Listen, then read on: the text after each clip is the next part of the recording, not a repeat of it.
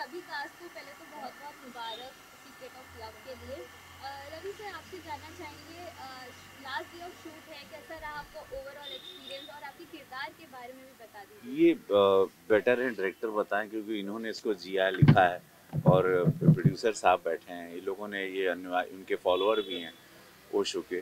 तो ये लोग बेटर हैं कि मैं अपने से स्वयं से बोलूँ अच्छा नहीं लगेगा, बट आज लास्ट डे है, बहुत अच्छा लग रहा है। प्रयास किया है कि मैं अभी तक 650 फिल्मों के दौरान अलग अलग किरदार में आता रहा, और देश ने मुझे 30 साल से आशीर्वाद दिया, प्यार दिया, हर भाषा में दिया। जहाँ भी मैं गया, जो भी भाषा में काम किया मैंने, जिस प्रांत में, तो ये भी था कि जब ये लोग आए तो हमने कहा कि आप हमको क्यों लेना चाहते हैं। तो उन्होंने कहा आपकी आंखें मिलती हैं उनसे। और फिर इनका डायरेक्टर साहब का इनका कुछ थॉट होगा, इन्होंने हमको कन्विंस किया, फिर उन्होंने कहा कुछ कुछ पहलू ये सब नहीं होंगे, और ये अलग यात्रा है जिसको अनटैप किया गया है, जो मध्य प्रदेश से शुरू होती है। तो एकदम इनिशियल डेज जब उनके थे, उसको कोई लोग नहीं जानते, तो उन्होंने उस वाले वक्त को छुआ। ये वो सारी चीज़ें जो बहुत कम लोग जानते हैं, वो पहलू को इन्होंने छुआ, और वो पहलू के साथ इन्होंने कुछ शूटिंग की हमारे साथ। फिर लॉकडाउन आ गया, अब वो एक दिन का काम बचा था, और इसके बीच में इन्होंने शूटिंग कुछ की होगी, क्योंकि और भी पार्ट्स करने होंगे। जब भी हम दिखाई दिए कि ओशो के रूप में, वो फिर एक कहानी क्या होगी वो विस्तार में डायरेक्टर साहब बता पाएंगे, क्योंकि उन्होंने इसको बड़ी मेहनत की, काफ़ी दिनों से ये काम की। तो मैं चाहूँगा कि आप बोलें। बोलिए बोलिए। सबसे पहले तो एक डायरेक्टर चाहता है कि जिस कास्ट करूँ, ऐसे लोगों को कास्ट करूँ जो जिनके साथ काम करना भी कंफर्ट हो, और लुक वगैरह तो मैटर करता ही है।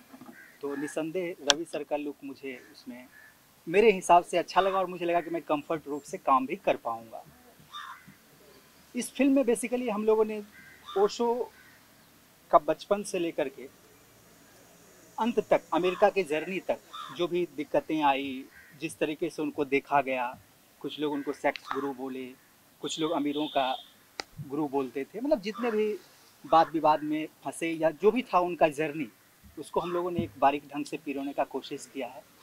और सर ने बहुत काफ़ी कोऑपरेट किया, और काफ़ी अच्छा नज़र आ रहा है। बाकी आप फिल्म देखने के बाद चीज़ें पता हाँ, चलेंगी। हमको लगता है कि इस फिल्म के बारे में अ, ये देखने वाली फिल्म है कि कैसे हम लगेंगे, वो ज़्यादा लोगों को आनंद आएगा, बशर्ते इसकी पब्लिसिटी हम लोग शब्दों में अभी से करें। ये सरप्राइज होगा जब इसका पहला टीजर आएगा। वो ये शब्दों वाली फिल्म नहीं है कि इसके बारे में बयां कोई कर नहीं पाएगा, क्योंकि ये थॉट है, इन भाव हैं, और वो भाव अच्छे लगेंगे आप लोगों को, और मेरे फैंस को या मुझे जो चाहते हैं उनको लगेगा कि भैया ने ये भी रोल ईमानदारी से, ये किरदार भी निभाए। तो ये जीना, बहुत लोग कहते हैं ना कैरेक्टर में हम डूब गए या कैरेक्टर में घुस गए, हमको लगता है कैरेक्टर में जीना चाहिए, और वो एक आनंद अलग है। तो अब इतने साल की सिनेमा के छात्र होने के नाते हमको लगता है कि थोड़ा समझ में आ गया कि जिया कैसे जाता है किरदारों को। तो अब वो प्रयास इसमें हल्का किया है, करता रहूँगा। राजनीति के साथ फैंस मुझे देखना भी चाहते हैं, और हमको कभी हमारी पार्टी से कोई बंदिशें नहीं आई। पार्टी के कार्य के वक्त पार्टी के साथ रहते हैं, लेकिन जब हमको लगता है देश को आनंद देना है, या देश मुझे जिस लिए जाना जाता है, या मुझे इतने सारे लाख वोट मिले हैं, 7.5 लाख वोट मिले हैं, तो उसमें सिनेमा बहुत बड़ा, मेरी पहचान यही है। तो कहीं ना कहीं मुझे हमको कुछ कुछ इंटरवल्स में अपने दर्शकों के लिए और स्वयं के लिए भी आना चाहिए। सर, आपके साथ इस फिल्म के तहत आपको ओशो को एक करीब से देखने का मौका मिला, तो उनकी किन बातों ने आपको प्रभावित किया? और उनके अंदर का देखिए, उन्होंने खुद को शायद पाया, उनके पास सारे सवालों के जवाब स्वयं के थे, और उन्होंने स्वयं क्रिएटेड एक आंसर बनाया था, जिसकी वजह से उनकी बॉडी लैंग्वेज में इतनी शांति आ चुकी थी। सब कुछ पा के भी वो एकदम शांत थे, और मुझे लगता है उनका शरीर 5 ग्राम का होगा, भले वो व्यक्तित्व तो दिखता था, क्योंकि इतने वो सब कुछ उनके पास इतने जवाब थे। तो जीवन, मोक्ष, मृत्यु, हर चीज का उन्होंने एक अपना, एक अलग आंसर बनाया था, और उस हिसाब से वो पूरे लाइफ को बड़े ही उत्सव के साथ जीते थे। तो उनकी लाइफ को उन्होंने एक सेलिब्रेशन रखा था, लेकिन बहुत ही काम, जैसे पानी के अंदर एक शांति होती है, जैसे समंदर के नीचे एक शांति होती है, वो व्यक्तित्व मैं किरदार करते हुए जो मैंने महसूस किया, तो मुझे ऐसा लगा कि ये वो वाली उनके अंदर 24/7 एक शांति थी कि जो समंदर के नीचे एकदम शांत होता है, still it's beautiful that way. वैसे सभी कास्ट के आपसे जानना चाहेंगे कि आप लोग का एक्सपीरियंस रवि सर के साथ काम करके कैसा रहा? निसंदेह बहुत अच्छा रहा, काफ़ी मज़ा आया। और मैंने पहले भी बताया कि सर ने काफ़ी कोऑपरेट किया। और आप लोगों को आनंद आएगा क्योंकि मैं ऐसा दिख रहा हूँ, और जब मैं पर्दे पे या टीजर में आऊँगा तो वो सरप्राइज मैं आप लोगों के लिए रखना चाहता हूँ। उसको अभी दिखा देता मड आइलैंड की इस गर्मी में तो आप लोगों को आनंद नहीं आता। तो आप लोग उसको डायरेक्टली अब उसको, क्योंकि वो बड़ा लंबा प्रोसेस है उस गेटअप में जाना, वो 3-4 घंटे हमको लगते हैं तैयार होने में, और फिर कुछ देर हमको शांति में बैठना पड़ता। तो ये सारे हसल बसल के बाद एक शून्य में आना पड़ता है। तो मैं चाहूँगा वो लुक आप लोग टीज़र में देखें, बहुत अच्छा है। और एक वो सरप्राइज़ होगा, बशर्ते अभी हम तैयार होके बैठ जाते। और वो दाढ़ी भी अभी कुछ वॉश हो रही है, उनकी दाढ़ी वो ठीक से नहीं हुई है सेट, तो वो देखिएगा आप लोग। आप सबसे जानना चाहेंगे कुछ बातें मैं बताना चाहता हूँ। मैं प्रोड्यूसर हैं आप, प्रोड्यूसर हूँ और फॉलोअर मेरा भी हैं। ये फिल्म इसलिए मैं बनाना चाहता था कि ओशो ऐसी हस्ती है जिसे इंडिया ने अभी तक काफ़ी मिस किया, इंडिया ने क्या वर्ल्ड ने। तो मैं चाहता था ये पिक्चर के माध्यम से लोग उन्हें जाने। और सर को लेने का कारण बड़ा ये था कि इनके लाखों यंग फॉलोवर है और वो इनके कारण पिक्चर देखने जाएंगे और ओशो को जानेंगे। ऐसे तो अभी ओशो से शायद नहीं परिचय में आए, लेकिन इनके कारण काफ़ी लोगों की ज़िंदगी सुधर जाएगी। और ओशो ऐसे व्यक्ति है जिन्होंने धर्म पे, राजकारण पे और दुनिया भर के जो नए बहुत से सदगुरु हो गए, आप बोलो बोलो बोलो। उनके अंदर काफ़ी मिक्स हो गया था, तो वो भी उन्होंने साफ किया।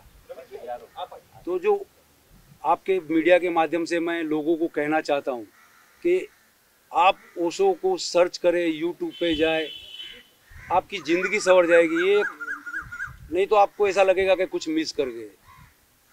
बहुत ही ऐसा आज तक दुनिया में व्यक्ति हुआ नहीं है। बुद्ध, महावीर, कृष्णा, ये सारे लोग, मोहम्मद, जीसस, जो भी बोलो, ये सारे लोग जो हो गए, उन्होंने वाकई वो पब्लिक को क्या कहना चाहते थे, लोगों को क्या कहना चाहते थे, वो इन्होंने फिर से उनको नया जीवन दिया। आपसे लास्ट ये जानना चाहेंगे कि रवि सर को ओशो के किरदार में देख के आप लोगों का क्या रिएक्शन है? आप लोगों ने उनका लुक भी देखा होगा, क्या कुछ आप लोगों का रिएक्शन है? एक्चुअली क्या है, रवि सर का जो आंखें हैं और जो लुक है, और जो ओशो से जो एक कास्टिंग डायरेक्टर या डायरेक्टर जो देखता है कि एक्टर में वो होना चाहिए, वो लुक आना चाहिए, तो वो रवि सर में झलकता है। इसीलिए हम लोग को भी बहुत अच्छा है कि रवि सर ने को चुना गया है और उन्होंने ये एक्सेप्ट किया रोल को। इसके लिए बहुत थैंकफुल हूँ आप सभी का। थैंक यू सबको, थैंक यू। प्रणाम माँ जी, सभी को प्रणाम। आपके मीडिया द्वारा ओशो सब तक पहुँचे, यही हमारी काम है। तो थोड़ा आप बताना चाहेंगे कि आप सुना नहीं था, क्योंकि आपको तो पता है कि यंग एज में लड़के इतना जल्दी इन सारी चीज़ों में जाते नहीं हैं, क्योंकि वो एज ही ऐसी होती है कि आप सिर्फ दुनियादारी में ही व्यस्त रहते हैं। तो जब ये मुझे ऑफ़र हुई तो मैंने उनको सुनना शुरू किया, उनको जानना शुरू किया, और उससे मुझे बस जो चीज़ें मिली है, आप ये समझिए कि मैं दुनिया को जो देखने का नज़रिया होता है वो मेरा पूरी तरह से चेंज हो गया। आपको जब पता चला कि आपका आपका रोल आगे बढ़ाने वाले रवि सर, तो व्हाट वाज योर रिएक्शन? और आपकी उनसे कुछ बातचीत हुई क्या? कुछ आपने उनसे सीखा है? Because I guess everyone learn something. उनसे मुलाकात शूट के दौरान तो मेरी नहीं हुई, क्योंकि जितने भी एक्टर, जैसे कि चाइल्ड आर्टिस्ट हैं जिन्होंने पहले शुरू किया था इस फिल्म में, उसके बाद फिर मेरी एंट्री होती है, तो सबका अलग अलग पार्ट था, सब ने अपनी अपनी जर्नी जी है। जैसे मैं 16 से लेकर 35 तक मैंने जो किया है, तो उनके बचपन से लेके जो जवानी है उनको मैंने जाना है। उसके बाद रवि सर ने किया है, तो साथ में तो ऐसा इंटरेक्शन तो नहीं हुआ है, लेकिन ये है कि हाँ, सारे लोग बहुत खुश हैं और सबकी सहमति से ही उनको कास्ट किया गया। जैसे कि उन्होंने बताया कि हमारे डायरेक्टर सर को उनकी आइज़ पसंद आई और उनकी फ़ैन फॉलोइंग पसंद आई, तो ये सारी चीज़ें रही हैं। लास्टली क्या कुछ कहना चाहेंगे व्यूअर्स को, कब आने वाली है ये फिल्म? ये तो हमारे मेकर्स ही बता पाएंगे। मैं तो एक्टर हूँ और उनके किरदार को जी रहा हूँ, अब जिया है। और हमेशा कोशिश रहती है कि उस किरदार को मैं या उनकी आत्मा को अपने पास लाने की कोशिश करूं। जब भी मैं कैमरे के सामने जाता हूं उनको किरदार के जीने के लिए, तो सबसे पहले अपनी आत्मा में हाथ रख के उनको प्रणाम करता हूं कि थोड़ी सी मुझे शक्ति दीजिएगा कि आपको जी सकूं, आपकी छवि को सामने लोगों के ला सकूं। क्योंकि एक्सपेक्टेशन होती है, ऑडियंस की होती है, मेकर्स की होती है, डायरेक्टर्स की होती है। अगर हम किसी के बायोपिक बना रहे हैं तो उसकी एक झलक हमें दिखनी चाहिए। ये सारी चीज़ें नहीं है तो प्लीज़ अब जब भी आएगी तो जैसे रवि सर ने कहा कि सोशल मीडिया में सबको पता चल जाएगा, तो देखिएगा बहुत सारी चीज़ें हैं उसमें, ज़िंदगी के बारे में है। और मे बी अगर उसको लोगों ने बड़ी सच्चाई और प्यार के साथ देखा तो बहुत सारी चीज़ें उनकी ज़िंदगी में चेंज हो सकती है, जीने का तरीका, बोलने का तरीका, हर चीज़। Thank you so much.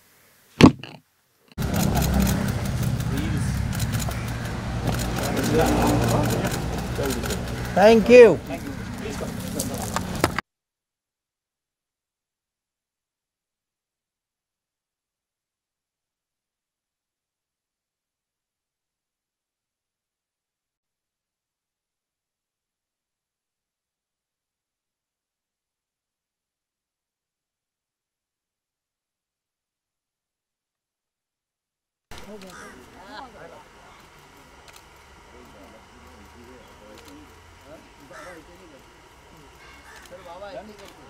Group भी कर लो।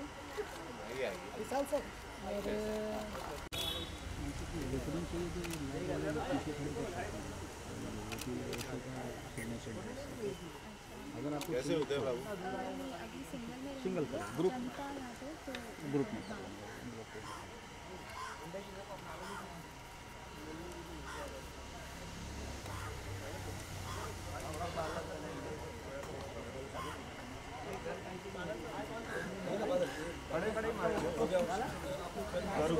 दो मिनट में करते हो फटाफट। और करना कुछ आपको बादल कर लो। विशाल कहाँ गया? विशाल बोला बोला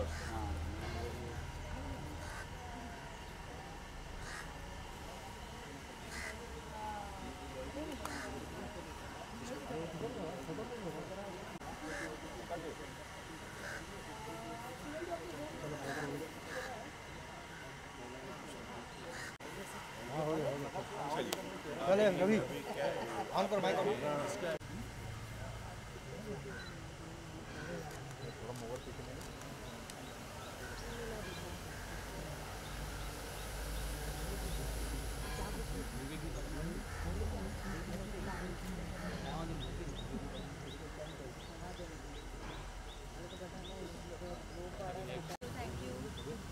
चलो क्रू एक बार आ जाओ जो पूरे ड्रेस में रुक जाओ जरा।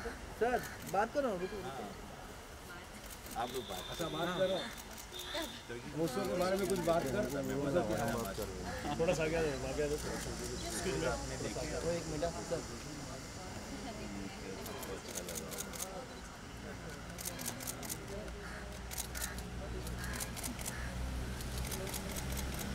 आइए सर, आप चलते आइए। दादा दादा दादा दादा थोड़ा पीछे वो भी बात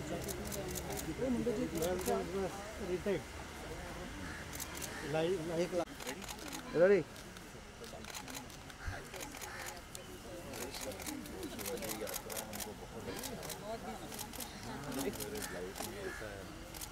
काम होता है। डन सर, शूट है।